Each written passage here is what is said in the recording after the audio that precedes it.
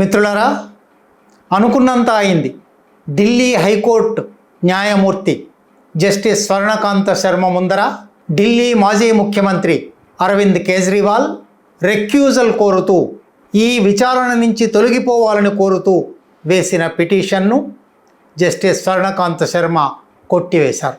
రెక్యూజల్ కాను, తొలగిపోను అన్నారు. నిజానికి మనం గత వీడియోలో అరవింద్ కేజ్రీవాల్ 10 అంశాల ఆధారంగా మీరు న్యాయమూర్తిగా ఈ కేసులో ఉండడం అనుమానాలకు తావిస్తుంది, మీ నిజాయితీని ప్రశ్నించడం లేదు, మీరు చట్టబద్ధంగా నిర్ణయం తీసుకుంటారు అనేదాన్ని ప్రశ్నించడం లేదు, కానీ మీరక్కడ ఉండడం న్యాయం చేయరేమో అని అనుకోవడానికి ఆస్కారం ఇస్తుంది.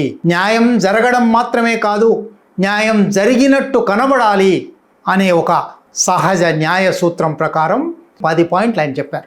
నాట్ బిఫోర్ మీ అని మామూలుగా న్యాయమూర్తులు భారత న్యాయ చరిత్రలో అనేక సార్లు పిటిషనర్లలో ఎవరో ఒకరితో మాకు సంబంధం ఉన్నదని కానీ, పిటిషనర్లు వాదించే అంశంతో మాకు గతంలో ఏకాభిప్రాయమో భిన్నాభిప్రాయమో ఉందని కానీ, అందువల్ల మేము ఈ కేసులో విచారణలో జోక్యం చేసుకోలేము, నాట్ బిఫోర్ మీ అని అనేక మంది న్యాయమూర్తులు రెక్యూజల్ చేశారు.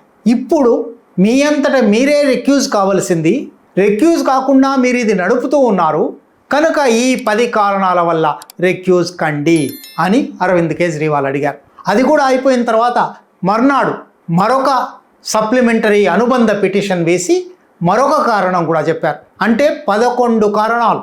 ఒకటి వ్యక్తిగత కుటుంబ న్యాయమూర్తి కొడుకుకు కూతురుకి సంబంధించిన వ్యవహారంతో సహా మొత్తంగా న్యాయ వ్యవస్థకు సంబంధించిన విషయాలు అన్నీ ఆయన వాదనకు పెట్టారు. ఆ వాదనలన్నీ విన్న తర్వాత జస్టిస్ స్వర్ణకాంత శర్మ తీర్పు వాయిదా వేస్తున్నాను అని అన్నారని కూడా మనం గత వీడియోలో చూసాం. సోమవారం నాడు ఆమె ఆ తీర్పు చదివి వినిపించారు. ఈ తీర్పు సందర్భంగా ఆమె చేసిన కొన్ని వ్యాఖ్యలు, ఆమె మొత్తంగా న్యాయ వ్యవస్థ గురించి, పిటిషనర్ల గురించి, రెక్యూజల్ జ్యూరిస్ప్రుడెన్స్, న్యాయమూర్తులు న్యాయ విచారణలో కూర్చోకుండా తప్పుకునే న్యాయస్థాన పద్ధతి గురించి ఆమె చేసిన కొన్ని వ్యాఖ్యలు మరింత వివాదాస్పదంగా ఉన్నాయి. నిజానికి ఆమె అరవింద్ కేజ్రీవాల్ లేవనెత్తిన 11 అంశాలలో 2 అంశాలకు మాత్రమే సూటిగా జవాబు చెప్పారు. మిగిలిన 9 అంశాలను ఆమె ప్రస్తావించలేదు. ప్రస్తావించకుండా ఇతరంగా చాలా విషయాలు చెప్పారు. అరవింద్ కేజ్రీవాల్ లేవనెత్తిన 11 అంశాలలో మొదటిది సిబిఐ వాదనలను, ఏజెన్సీ వాదనలను యథాతథంగా అంగీకరించడం. మీరు ఆ పని చేశారు కనుక మీరు న్యాయం చెప్తారని, విచారణ జరుపుతారనే నమ్మకం లేదు. గిల్ట్ లైక్ అబ్జర్వేషన్స్, ఇప్పటికే నేరస్తులన్నట్టుగా వ్యాఖ్యానించారు.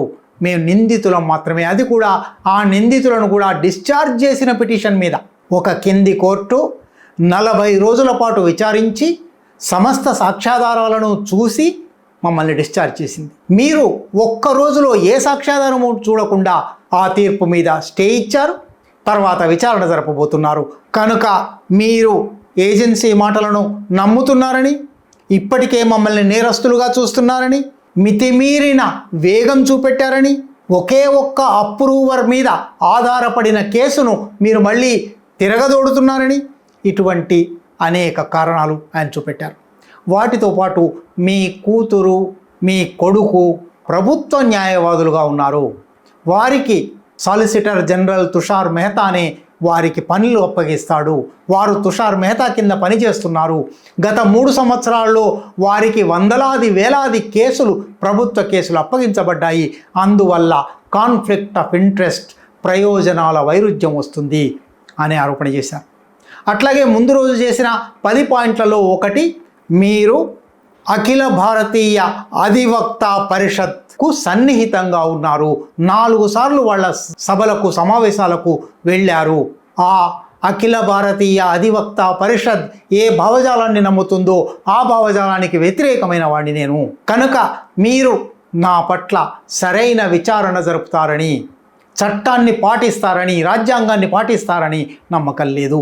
ఇవి ఆరోపణ. ఈ 2 ఆరోపణలకు మాత్రమే ఆమె జవాబు చెప్పారు. మిగిలిన 9 గురించి ప్రస్తావన కూడా చేయలేదు. ఆమె అన్న మాటలు మళ్ళీ ఒకసారి చూద్దాం. మొట్టమొదటిది, attending Akhil Bharatiya Adhivakta Parishad events cannot be said to insinuate political connections and judges cannot be placed in any ivory tower. న్యాయమూర్తులమైనంత మాత్రాన మేమేదో ఎవరికి కలవకుండా ఏకాంత దంత ప్రకారాలలో కూర్చోవడానికి వీల్లేదు, ఏదో ఒక సభకు సమావేశానికి వెళ్ళాము అని రాజకీయ ఆరోపణలు చేయడం కూడదు. ఆ సభలకు వెళ్లకుండా కేవలం బార్లోనే బెంచ్లోనే పరిమితమై ఉండాలి అని న్యాయమూర్తుల మీద మీరు పరిమితి విధించలేరు అనే మాట అన్నారు. కానీ ఇక్కడ సమస్య ఆ భారతీయ అధివక్త పరిషత్ అనే సంస్థ రాష్ట్రీయ స్వయం సేవక్ సంఘ్కు చెందిన సంస్థ. ఆమె ఇంకొక అనేక భావజాలాలున్న అనేక సంస్థల దగ్గరికి వెళ్ళి ఉంటే, అనేక సమావేశాల్లో పాల్గొని ఉంటే, నేనేమీ ఏకాంత దంత ప్రాకారంలో కూర్చోవడం లేదు, అన్ని సభలకు వెళ్తున్నాను, సమాజంతో సంబంధంలో ఉన్నాను, న్యాయమూర్తులకు అది కూడా సహజమే, అంగీకార యోగ్యమే. కానీ అది లేదు. అది మాత్రమే కాదు, ఒకవేళ వెళ్ళినప్పటికీ నేను న్యాయ విచారణ జరిగేటప్పుడు చట్టానికి మాత్రమే పరిమితమై ఉంటాను, రాజ్యాంగానికి మాత్రమే పరిమితమై ఉంటాను. అది నా వ్యక్తిగత జీవితపు విశ్వాసాలు లేదా సంబంధాలు లేదా సమావేశాలకు హాజరు అనే విభజన రేఖ కూడా ఆమె గీయడం లేదు. మేము వెళ్ళకూడదా? ఇతర సభలకు వెళ్తే వెళ్ళినంత మాత్రాన రాజకీయ సంబంధాలు అంటగడతారా అని ప్రశ్నిస్తున్నారు. కానీ అన్ని సభలకు వెళ్ళాను కదా అనడం లేదు. ఒక్క భావజాలపు సభకే ఎందుకు వెళ్ళారు? ప్రత్యేకించి ఆ భావజాలాన్ని వ్యతిరేకించే వ్యక్తుల మీద విచారణ జరుగుతున్నప్పుడు మీ మీద ఆ అనుమానం వచ్చే అవకాశం ఉంది. ఈ అనుమానాన్ని ఆమె సంపూర్ణంగా నివృత్తి చేయలేకపోయారు. రెండోది, కొడుకు కూతురు ప్రభుత్వ న్యాయవాదులుగా ఉండడం. దాని మీద ఆమె అసలు విషయం మాట్లాడకుండా చాలా విషయాలు అన్నారు. Kejriwal's ground that he apprehends bias owing to conflict of interest where justice Sharma's children are empanelled as government panel counsel. ఆమె దీన్ని ప్రస్తావిస్తూ, merely because judges take an oath, their family does not. న్యాయమూర్తులు ఒక ప్రమాణ స్వీకారం చేస్తారు గనక వారి కుటుంబ సభ్యులందరూ ఆ ప్రమాణ స్వీకారానికి కట్టుబడి ఉండనక్కర్లేదు. They won't enter this profession or do well in the profession. వాళ్ళు ఈ వృత్తిలోకి ప్రవేశించవచ్చు, ఈ వృత్తిలో రాణించవచ్చు. If children and wives of politicians can enter politics, రాజకీయవేత్తల పిల్లలు భార్యలు రాజకీయాల్లోకి వచ్చినప్పుడు how can it be just for children of judges? న్యాయమూర్తుల పిల్లలు మాత్రం ఎందుకు రాకూడదు? It is also to be noted that personal attacks on judges are in fact attacks on the institution. They have to be borne by the institution and not by the judge. న్యాయమూర్తుల మీద చేసే ఆరోపణలు, న్యాయమూర్తుల మీద చేసే దాడులు న్యాయ వ్యవస్థ మీద దాడులుగా పరిగణించాలి అని మాట్లాడారు. నిజానికి ఇక్కడ అరవింద్ కేజ్రీవాల్ కానీ లేదా ఇతరంగా సామాజిక మాధ్యమాలలోనూ పత్రికల్లోనూ వచ్చిన అంశం ఏమంటే, జస్టిస్ స్వర్ణకాంత శర్మ కూతురు కొడుకు ప్రభుత్వ న్యాయవాదులుగా ఉన్నారు. వాళ్లకు న్యాయవాదులుగా ఉండడానికి హక్కు ఉంది, ప్రభుత్వ న్యాయవాదులుగా ఉండడానికి కూడా హక్కు ఉంది. ప్రభుత్వం వారికి అనేక వందల వేల కేసులు కట్టబెట్టింది అంటే ప్రభుత్వానికి వాళ్ళు సన్నిహితంగా ఉన్నారు అని అర్థం. అక్కడితో కూడా అయిపోలేదు. వాళ్ళు ప్రభుత్వ న్యాయవాదులుగా, సిబిఐ న్యాయవాదులుగా సాలిసిటర్ జనరల్ తుషార్ మెహతా ఆదేశాల ప్రకారం పనిచేస్తున్నారు, తుషార్ మెహతా కింద పనిచేస్తున్నారు. ఈ కేసులో తుషార్ మెహతా ప్రత్యర్థి వాదనలు వినిపిస్తున్నారు. ఆయనే ప్రాసిక్యూటర్గా ఉన్నారు, ప్రాసిక్యూషన్ తరఫు న్యాయవాదిగా ఉన్నారు. అంటే ఎవరి దగ్గర మీ పిల్లలు పనిచేస్తున్నారో వారు ఒక న్యాయవాదిగా ఉన్నప్పుడు, వారు నాకు వ్యతిరేకంగా వాదిస్తున్నప్పుడు మీరు వారికి వ్యతిరేకంగా పోగలరా? ఇవి కామన్ సెన్స్ లోక జ్ఞానపు ప్రశ్నలు, సహజ న్యాయ సూత్రాల ప్రశ్నలు. ఇది మాత్రమే కాదు, ఇప్పటికీ గడిచిన సందర్భాలలో డిశ్చార్జ్ తీర్పును వెంటనే స్టే ఇవ్వడం కానీ, డిశ్చార్జ్ తీర్పు మీద విచారణ చేపట్టడం కానీ, ఇప్పటికే నేరస్తులుగా ప్రకటించడం కానీ, ఇటువంటి అనేక రూపాలలో అత్యంత వేగంగా కేసును నడపడంలో కానీ ఒక పక్షపాత ధోరణి ఉంది అనేది కనబడుతుంది. అందువల్ల మీరు విరమించుకోవాలి అని అంటే దానికి తప్ప అనేక జవాబులు చెప్పి తాను రాసుకొచ్చిన తీర్పును చదివి వినిపించారు. ఈ సందర్భంలో ఆమె ఇంకొక మాట అన్నారు, ఈ మొత్తం వ్యవహారం catch-22 సిచ్యువేషన్ లాగా ఉంది. catch-22 పరిస్థితి అంటే అటు చేసినా తప్పే, ఇటు చేసినా తప్పే అనే స్థితి. అటు చేసినా రైటే, ఇటు చేసినా రైటే అనే స్థితి. రెండిటి మధ్య ఇరుక్కుపోయిన స్థితి, అడకత్తెరలో పోక చెక్క స్థితి అని అంటూ, this is a catch-22 situation where Kejriwal has created a win-win case for himself, where recusal will insinuate a truth in his allegations and non-recusal will allow him to claim that he had already predicted the outcome. ఈ స్థితిలో నేను ఏమి చేసినా ఆయనకే విజయం చేకూరుతుంది.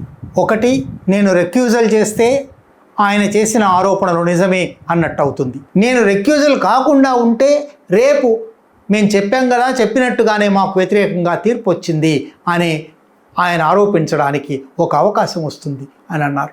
ఆమె catch-22 సిచ్యువేషన్ను ఎందుకు ఉటంకించారో తెలియదు, కానీ రేపు తీర్పు ఎట్లా చెప్పబోతున్నాను అనే మాట ఇప్పుడే అన్నారు. రెక్యూజల్ జరిగితే ఆరోపణలు నిజమా అబద్ధమా తేలేదా అనే విషయం తర్వాత విషయం.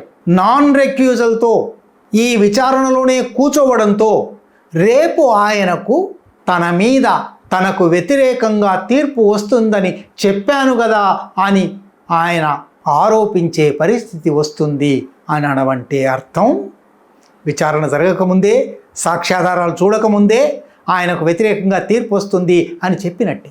నాన్ రెక్యూజల్ ఆయనకు వ్యతిరేకంగా తీర్పు వస్తుంది ఇట్లా అన్నారంటే ముందే ఆమె మనస్సు స్థిరపరుచుకున్నారని.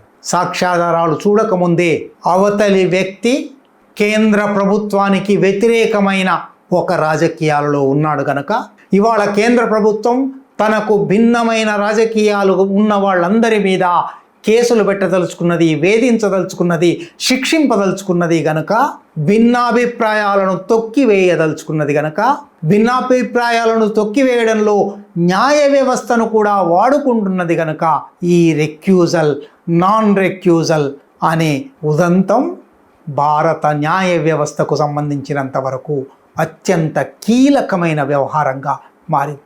ఈ అత్యంత కీలకమైన వ్యవహారంలో ఆమె అరవింద్ కేజ్రీవాల్ ఆరోపణలను, నిజానికి ఇప్పటికే ఆరోపణలే, వాటిని రుజువు చేయవలసి ఉంది, కానీ నేను రెక్యూజ్ కాను అనే తీర్పు ఆ ఆరోపణలను ఎంతో కొంత నిజం చేస్తూ ఉన్నది.